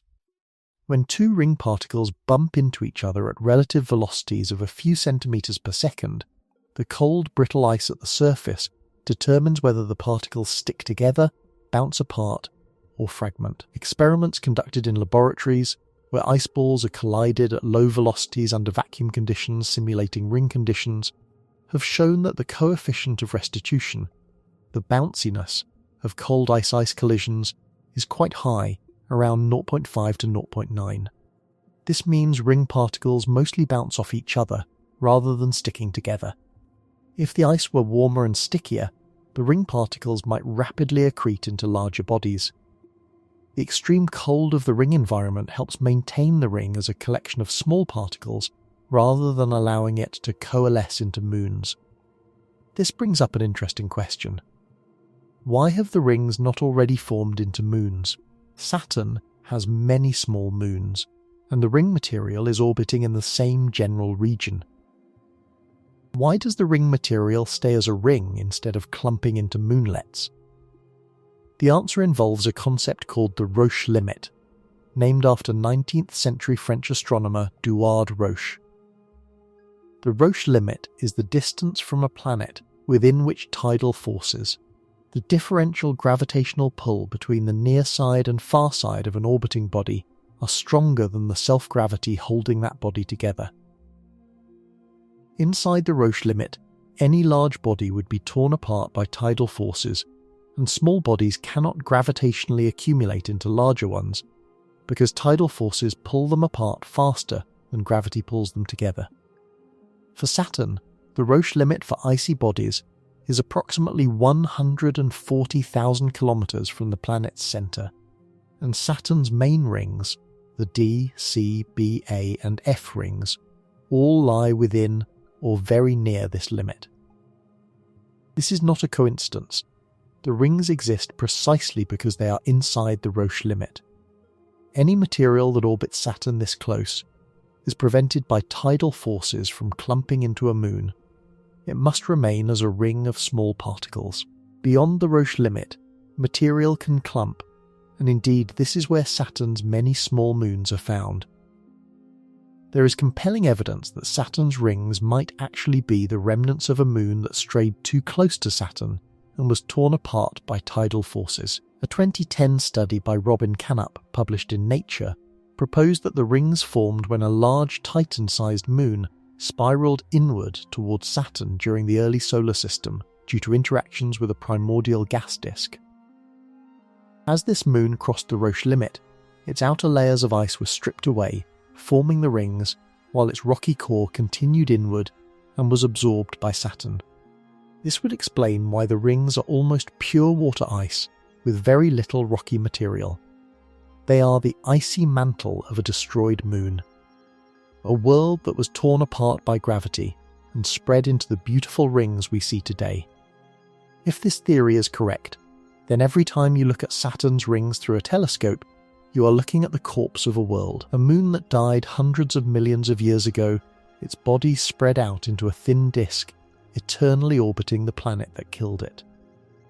There is something hauntingly beautiful about that. And into this graveyard of a moon, we are flying our spacecraft at 30 kilometers per second. Let us continue our exploration of the physics by considering one more aspect of the impact scenario. We have discussed what happens in the plane of the rings themselves. But what about above and below? The debris from our impact does not stay in the ring plane. It expands in all directions, including vertically, perpendicular to the ring plane. Some of this debris has enough velocity to escape the ring plane entirely and travel thousands of kilometers above or below the rings before falling back. This creates an interesting effect. For a brief period after the impact, there is a fountain of debris rising above and below the ring plane, slowly decelerating under Saturn's gravity and the gravitational pull of the ring material itself, then falling back into the ring plane. This fountain might persist for minutes to hours depending on the energy of the impact and the ejection velocities of the debris. As the debris falls back into the ring plane, it re-enters the dense particle environment and undergoes secondary collisions, creating a cascade of additional, smaller impacts. This cascade disperses the debris over a wider area and contributes to the ring healing process we described earlier. The fountain of debris above the ring plane would be illuminated by sunlight and might be briefly visible as a diffuse cloud, like a tiny nebula floating above the ring surface. It would be brightest in forward scattered light, meaning it would appear most visible if you were looking at it with the sun behind it, silhouetting it against the dark sky. As it dissipated and fell back into the ring, it would fade from view. There is a real observed phenomenon in Saturn's rings that demonstrates this kind of vertical ejection on a much larger scale. In 2010, the Cassini spacecraft observed a massive disturbance in the B ring that scientists later attributed to an impact event. Images showed a cloud of material ejected above the ring plane, casting shadows on the ring surface that were visible because of the low sun angle during Saturn's equinox. The impactor in that case was probably a small asteroid or comet that hit the ring, and the resulting debris cloud rose about 1 kilometre above the ring plane and was several hundred kilometres in extent. This observation provided direct evidence that impacts do occur in the rings, and that they produce exactly the kind of vertical debris fountains we would expect from our theoretical analysis. An even more dramatic example was observed during Saturn's equinox in August 2009, when the sun illuminated Saturn's rings exactly edge-on. At this geometry, any material rising above or below the ring plane casts very long shadows on the ring surface, making even small vertical structures visible. Cassini captured images showing numerous small vertical features in the rings, some caused by embedded moonlets whose gravity pulls ring material out of the plane, and some potentially caused by recent impact events. These observations confirm that the rings are not a perfectly flat disk, but have complex three-dimensional structure on small scales. Let us also talk about what Cassini's instruments actually measured during its ring-grazing orbits and final plunge, because this real data gives us our best constraints on what our hypothetical spacecraft would experience. During the grand finale orbits in 2017, Cassini crossed the ring plane 22 times in the gap between the D ring and Saturn's atmosphere. The spacecraft's radio and plasma wave science instrument could detect individual dust particle impacts by measuring the plasma cloud each impact generated. Every time a dust grain hit Cassini at the relative velocity of about 5 to 8 kilometers per second, the plasma flash produced a measurable voltage spike in the antenna system. By counting these spikes, scientists could determine the rate of impacts and estimate the particle sizes. The results were surprising in multiple ways. During the first ring plane crossing, on April 26, 2017, the impact rate was far lower than predicted models had suggested. Scientists had worried that the gap between the D ring and Saturn might contain substantial amounts of fine dust, but the actual measurements showed a relatively clean environment with only a handful of hits per second from micrometer-sized dust. This was good news for the spacecraft's survival, but scientifically puzzling, because it meant the models of dust transport in the inner Saturn system needed revision. However, as Cassini made subsequent crossings at slightly different latitudes and longitudes, it found significant variability. Some crossings were almost silent, with very few hits. Others showed much higher rates, with hundreds of hits per second. This variability indicated that the dust environment near Saturn's ring plane is patchy, with dense lanes and empty lanes that the spacecraft alternately crossed through. During Cassini's final plunge into Saturn's atmosphere on September 15, 2017, the spacecraft crossed the ring plane for the last time at a much lower altitude, actually skimming the inner edge of the D ring. During this final crossing, the impact rate increased dramatically. Thousands of hits per second were registered, confirming that the D ring, while sparse by B ring standards, still contains substantial material. And then, as Cassini descended into Saturn's atmosphere, the signal was lost. The spacecraft broke apart and vaporized in Saturn's upper atmosphere, its atoms joining the planet it had orbited for 13 years. The Cassini data gives us a direct measurement of what a spacecraft experiences when crossing near Saturn's rings. At 5 to 8 kilometers per second through a sparse region, you get a few hits per second of micrometer dust. Scale this up to 30 kilometers per second through the dense B ring, and the picture changes from a gentle patter to an apocalyptic storm. The physics is the same, only the intensity differs. And that intensity difference is the difference between a spacecraft that survives and one that ceases to exist. Let me now address something that often comes up when people discuss this topic: the comparison with asteroid fields in science fiction movies. In virtually every science fiction movie that shows a spaceship flying through an asteroid belt or planetary ring, the visual is dramatic. Giant rocks filling the screen, the pilot weaving between them, barely avoiding collision after collision. This is spectacularly wrong as a representation of reality, but not for the reason most people think. Most science fact articles will tell you that real asteroid belts and planetary rings are incredibly sparse, with huge distances between objects, and that a spacecraft could fly through them without any risk of collision. This is true for our asteroid belt between Mars and Jupiter, where the average distance between asteroids is about 2 million kilometers. You could fly through the asteroid belt 1 million times without coming close to hitting anything, but it is not entirely true for Saturn's B-ring. The B-ring is actually dense enough that collision is a genuine threat, as we have been discussing. The movie Asteroid Field is wrong because it shows the rocks as being too large and too close together for the asteroid belt, but it is not far off from a scaled-up version of what Saturn's B-ring actually looks like at particle-level scale. If you could shrink yourself down to the size of a ring particle and look around the B-ring, you might see something vaguely reminiscent of a movie asteroid field, with chunks of ice visible in every direction, though still separated by distances many times their own size. The critical difference between the movie scenario and reality is speed. In movies, the spaceship is moving slowly enough to see obstacles and steer around them. In reality, at 30 kilometers per second, the ring particles are approaching you at roughly 100 times the speed of a rifle bullet. There is no time to see them. No time to steer. No time to react. A particle becomes visible in your headlights only milliseconds before it hits you, and milliseconds is not enough time for any conceivable reaction system to respond. You cannot dodge ring particles at interplanetary speeds. You can only accept whatever damage they deal. This brings up the interesting engineering question of whether active defense systems could help. What if your spacecraft had some kind of particle deflection system? A powerful laser that could vaporize incoming ring particles before they hit you? A magnetic field that could deflect charged particles? A physical bumper that could be extended ahead of the ship? Let us examine each of these in turn. A high-powered laser could, in principle, vaporize a small incoming ring particle before it reaches your spacecraft. But consider the requirements.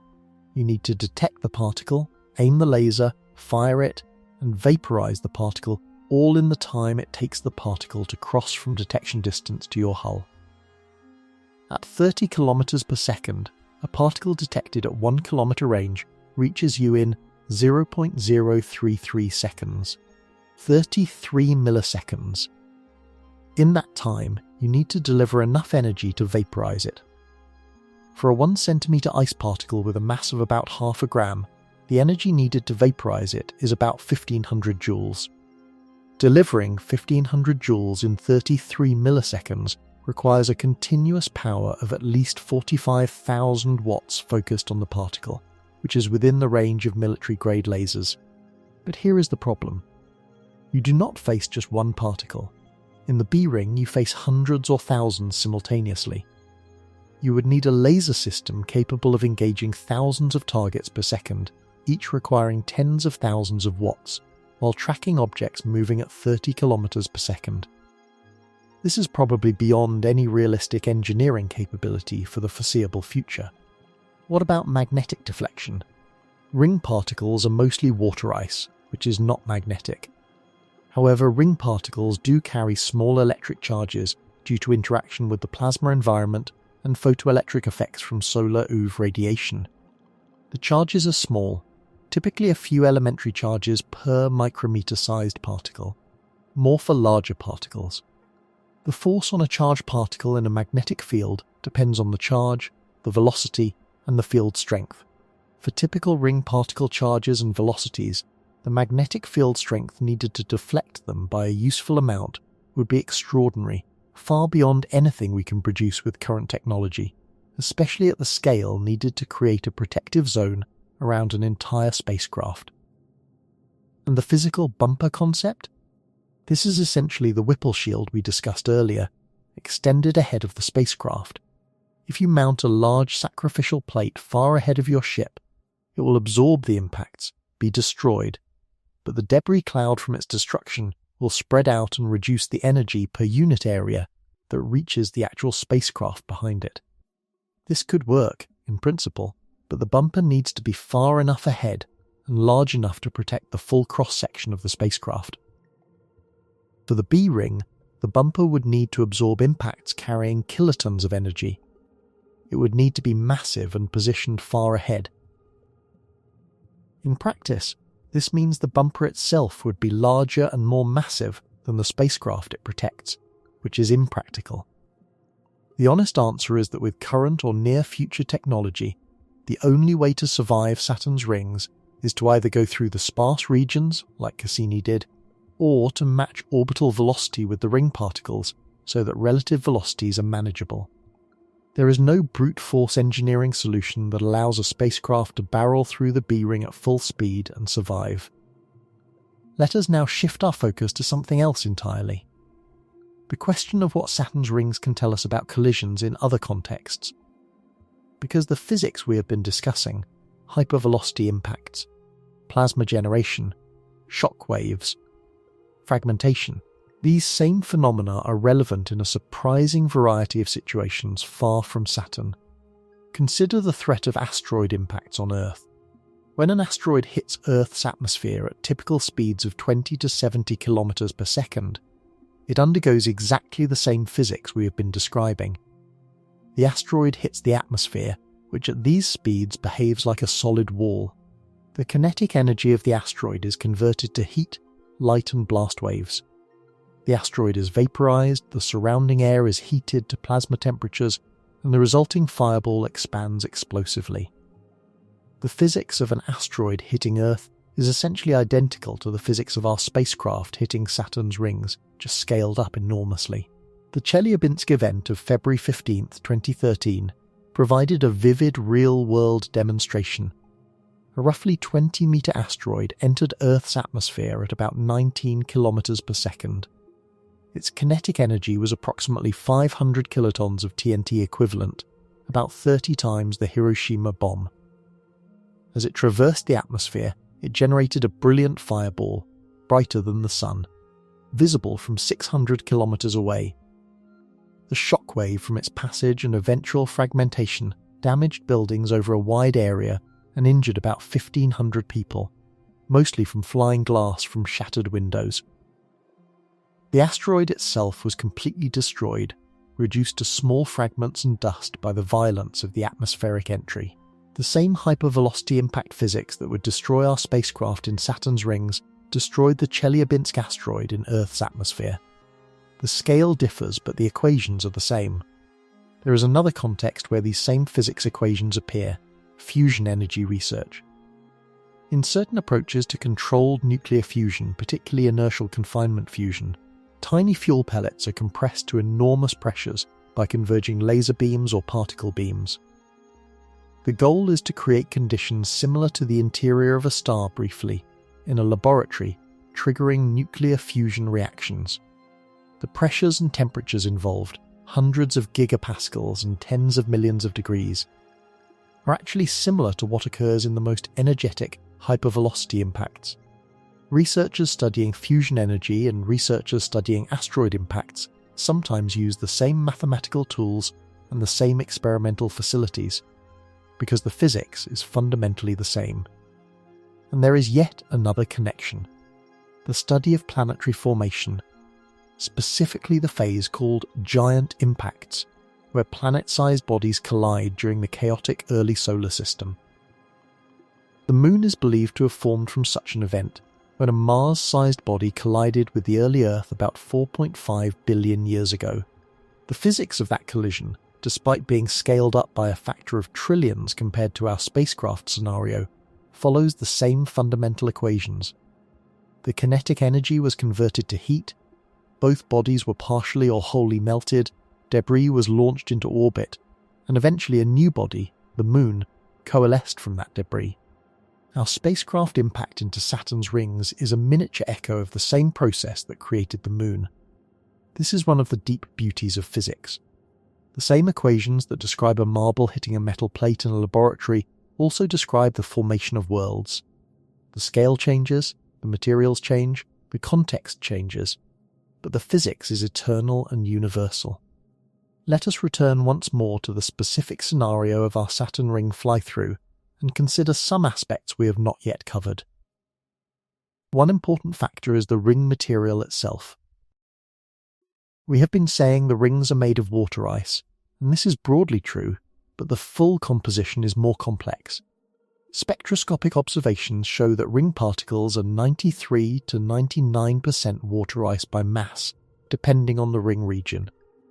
The remainder is a mix of silicates, which are rocky minerals, and organic compounds, which are carbon-bearing molecules of various complexity. This non-ice material is not uniformly distributed. Some ring regions are slightly redder in colour, indicating higher concentrations of organic material.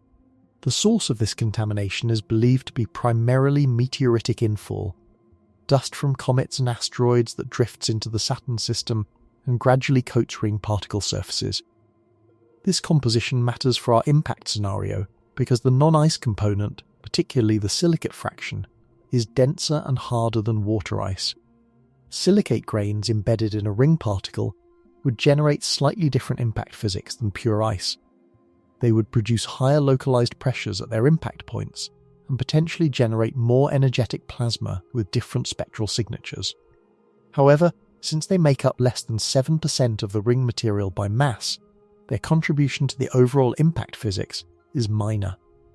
The impacts are dominated by water-ice interactions with whatever your spacecraft is made of.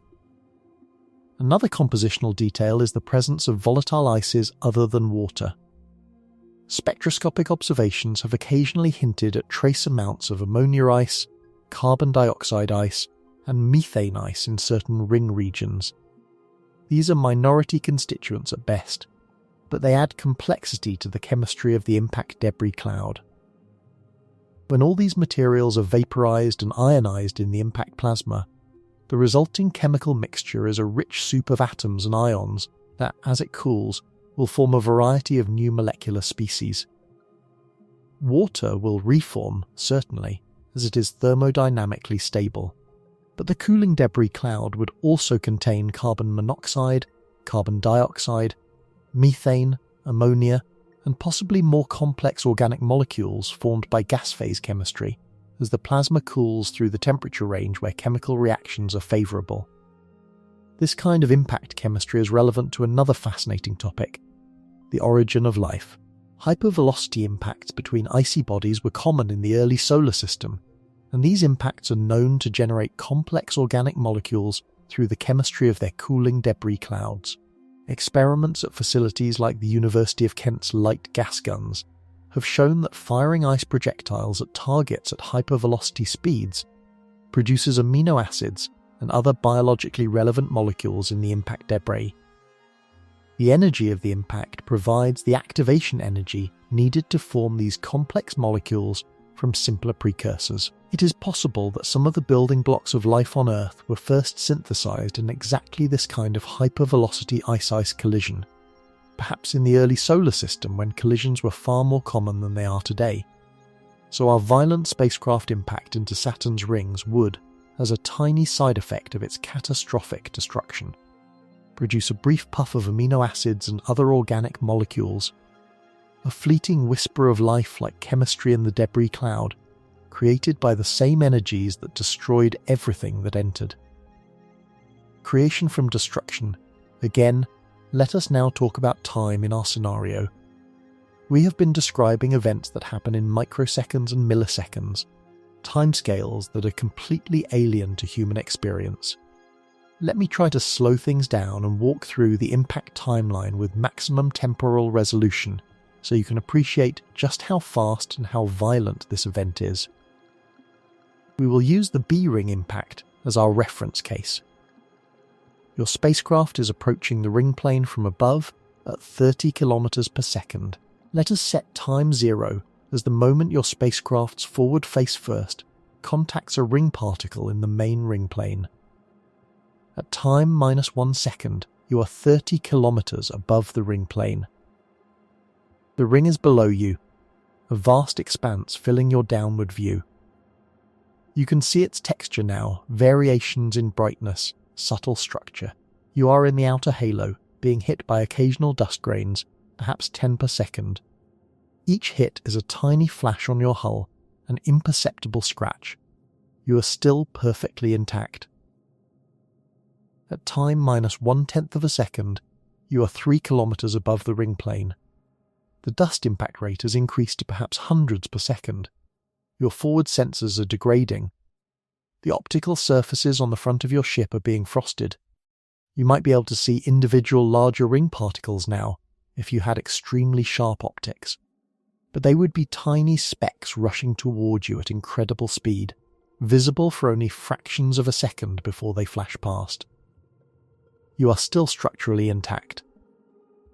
At time minus 1/100th of a second, you are 300 meters above the ring plane. The impact rate is now thousands per second, primarily sub-millimeter dust but with occasional larger hits. Your thermal coating on the forward face is mostly gone, eroded away. You have several small holes in your outer hull layer from millimeter-sized impacts. The radio static from the plasma flashes of these impacts would be deafening if translated to sound. 10 milliseconds from now, you will hit the main ring body. In these last 10 milliseconds, you cross 300 meters, and your situation changes from damaged but survivable to catastrophic. At time minus 1,000th of a second, 1 millisecond before the main event, you are 30 meters above the dense ring plane. This is approximately 3 times the ring thickness. You are now encountering the upper boundary of the main particle population. Impacts are coming so fast they begin to merge into a continuous process rather than discrete events. Your forward hull is being ablated at a rate of perhaps a millimeter per millisecond. You are losing structural material continuously now, like a candle melting, but at hypersonic speed. At time minus 100,000th of a second, 100 microseconds before main contact, you are 3 meters above the ring plane. You are now within the vertical extent of the ring itself. The particle density around you is increasing rapidly. You are experiencing what could be described as a continuous erosion process on your forward face, with hundreds of significant hits per microsecond from particles of all sizes. Your outer hull is gone in this region. Your inner hull is being eaten into. But you still have structural integrity because only the very front of the ship has been affected so far. The erosion has not had time to propagate backward through the ship,